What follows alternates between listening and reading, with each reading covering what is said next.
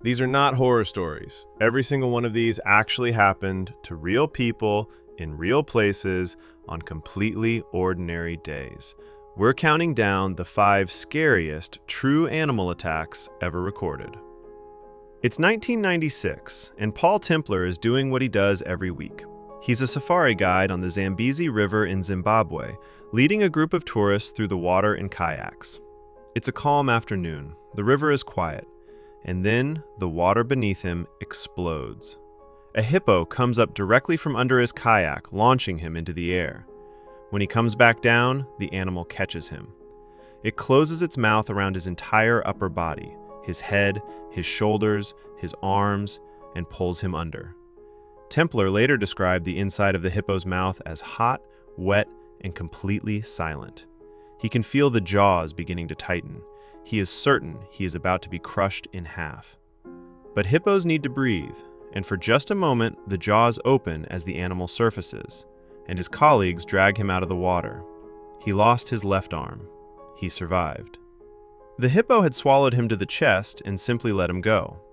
It's 1823, and fur trapper Hugh Glass is scouting ahead of his crew through the wilderness of what is now South Dakota. He rounds a thicket and walks directly into a grizzly bear and her 2 cubs. The bear hits him before he can raise his rifle. She tears his scalp from his head, bites through his throat, shreds his back down to the bone, breaks several ribs. His companions arrive and pull her off, but only after she stops moving from the wounds Glass had managed to inflict while she was on top of him. His group is convinced he will be dead within the hour. They dig him a shallow grave, wrap him in a bear hide, and wait. 2 days pass. He is still breathing. They can't wait any longer, so they leave him there, in the ground, still alive, and keep moving. Hugh Glass then crawls 200 miles to the nearest settlement, alone. It takes him 6 weeks. It's April 1926, and 16-year-old Phillip McClean is hunting cassowaries on his family's property in Queensland, Australia. He corners one of the birds, swings his club, and knocks it to the ground. The bird stands back up. Cassowaries are 6 feet tall and built like something that was never supposed to exist. Each foot carries a 4-inch dagger-shaped claw, and when the bird kicks McClean once across the throat, it opens his jugular vein. He bleeds out before anyone can reach him. His younger brother was standing right beside him the whole time. He runs. The cassowary chases him all the way to the edge of a creek and then stops. It's the summer of 1916, and the beaches of New Jersey are packed. On July 1st, a 25-year-old man named Charles Van Sant goes for a swim 50 yards from shore at Beach Haven. He doesn't come back out. He dies that night. 5 days later, a bellhop named Charles Bruder is killed in the water at Spring Lake, 45 miles up the coast. The attacks are moving north. And then, on July 12th, something no one expects happens.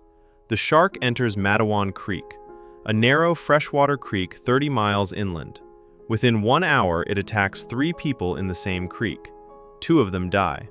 One is an 11-year-old boy named Lester Stillwell, who had been swimming with friends. A man named Stanley Fisher dives in to try to recover his body and is pulled under in front of witnesses standing on the bank. The attacks stop 4 days later when a great white shark is caught nearby with human remains in its stomach.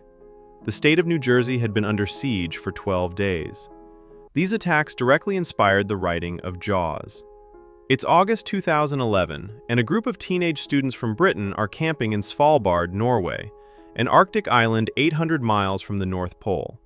They're part of an exploring program, most of them away from home for the first time. One of them is a 17-year-old named Horatio Chapple. He had just been accepted to study medicine at university. He was 4 days from going home. At 3 a.m., a polar bear walks into the camp and goes directly for the tents. The attack lasts under 2 minutes. Horatio is killed. 4 others are mauled before a group leader manages to shoot the bear. In daylight, investigators examine the campsite and find something that stops them cold. Tracks in the snow show the bear had circled the camp on 2 previous nights. It had been watching. It came close enough to touch the tents and then pulled back both times. On the 3rd night, it decided to move. Most animals attack out of fear, hunger, or instinct. They don't plan. This one had spent 2 nights studying the camp before it acted.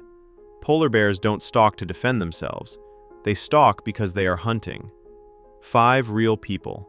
5 days they never saw coming. If you want to know which animal has killed more humans than everything on this list combined, that's the next video.